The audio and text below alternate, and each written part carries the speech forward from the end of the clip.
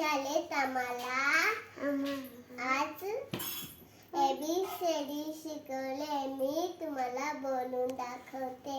A for apple, B for ball, C for cat, D for dog, E for elephant, F for fish, G for goat, H for house, I for ice cream, J for joker, K for kite, L for lion, M for monkey, N for nose, O for orange, P for parrot, Q for queen, R for rabbit, S for sun, T for tiger, U for umbrella, V for van, W for rose, X for Xmas, T for rat, Z for zebra.